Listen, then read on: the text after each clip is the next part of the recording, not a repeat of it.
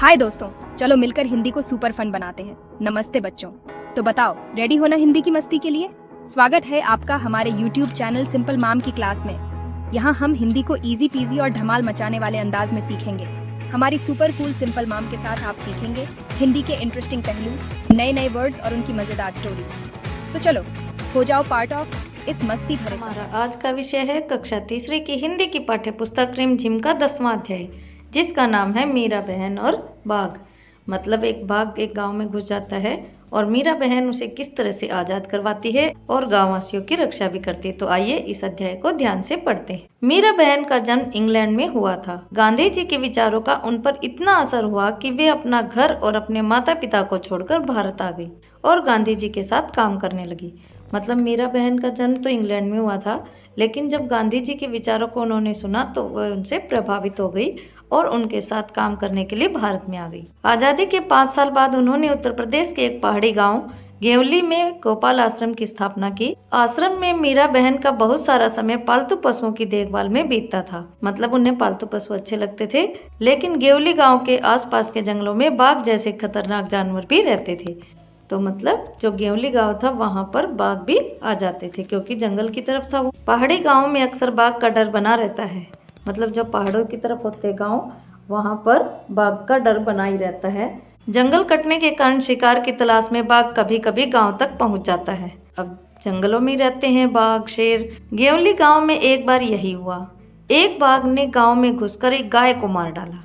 मतलब गेवली गांव में एक बाघ घुस आया और उसने एक गाय को मार डाला। सुबह होते ही यह खबर पूरे गांव में फैल गई। गांव के लोग डरे कि यह बाघ कहीं फिर से आकर दूसरे पालतू जानवरों और किसी आदमी को ही अपना शिकार न बना ले।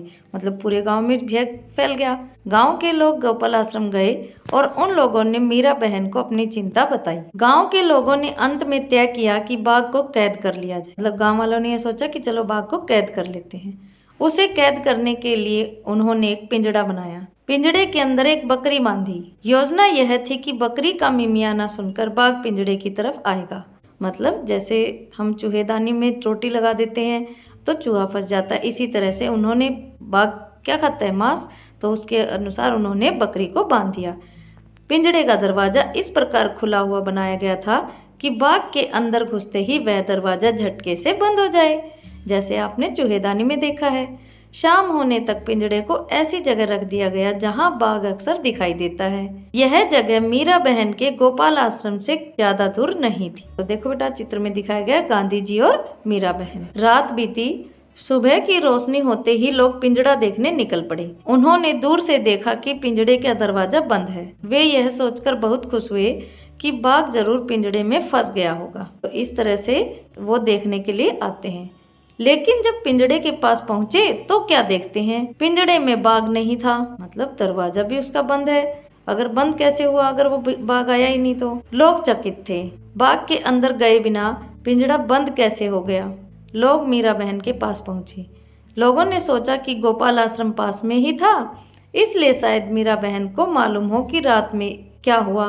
पूछने पर मीरा बहन बोली, देखो भाई, मुझे नींद नहीं आ रही थी। मैं सोचती थी कि आखिर बाघ को धोखा देकर हम क्यों फंसाएं, इसलिए मैं गई और पिंजड़े का दरवाजा बंद कराई। मतलब पिंजड़े का दरवाजा किसने किया? मीरा बहन ने। मीरा बहन चाहती थी कि हम बाघ को धोखा न दें और उसे आसानी से जंगल में छोड़ दिया जाए। चैनल को सब्सक्राइब जरूर करना और घंटी का बटन भी दबा दो ताकि कोई भी वीडियो मिस ना हो। अगले वीडियो में मिलते हैं। तब तक मुस्कुराते रहो, सीखते रहो सिंपल मैम की क्लास के साथ। धन्यवाद।